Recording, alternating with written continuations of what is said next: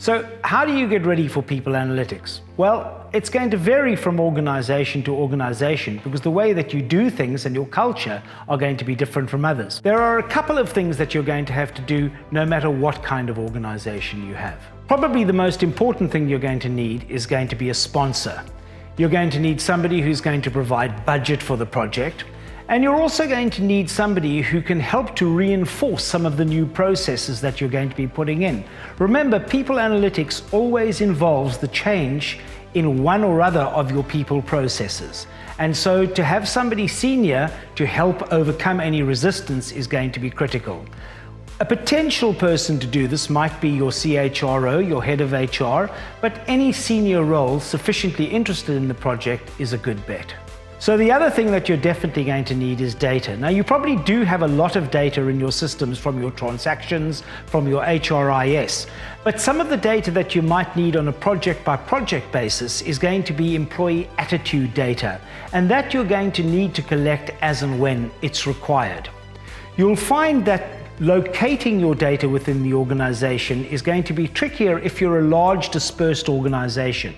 For example, you may find that one part of your business has its own training data, its own recruitment data, its own leadership data, and so on. In those cases, we would strongly suggest putting together a data dictionary which shows where all of the data is located in your business, how often it's updated, and any other information about it that will help you to locate it easily when it comes to doing a people analytics project.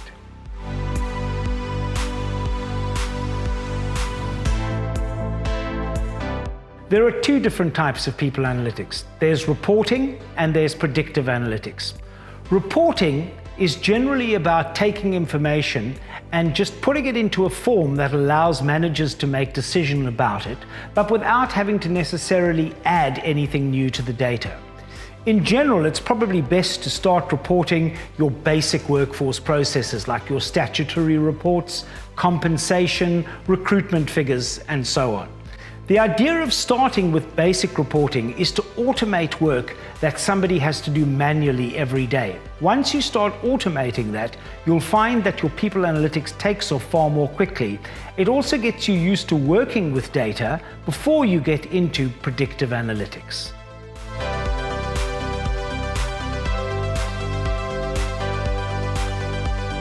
Predictive analytics takes reporting to the next level by predicting what kind of actions you should be taking in the future.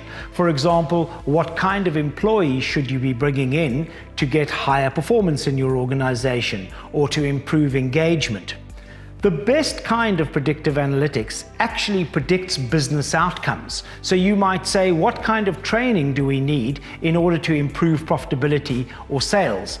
As opposed to saying, what kind of training do we need just to increase workforce retention? So the best predictive analytics is all about predicting business outcomes rather than predicting workforce outcomes.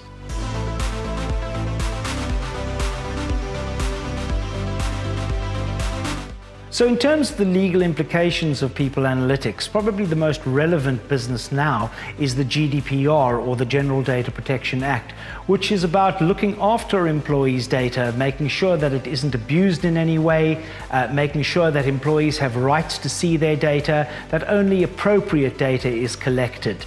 The key when working with it is not so much the law, but always getting buy-in from your employees. So when you're doing any new project that might have significant implications for your workforce or for anybody in the company, always check out with employees, let them know what you're going to do so that they buy into it. In short, getting ready for people analytics need not be traumatic or a huge project. It's a fairly systematic process, and most companies would be able to get off the ground very quickly.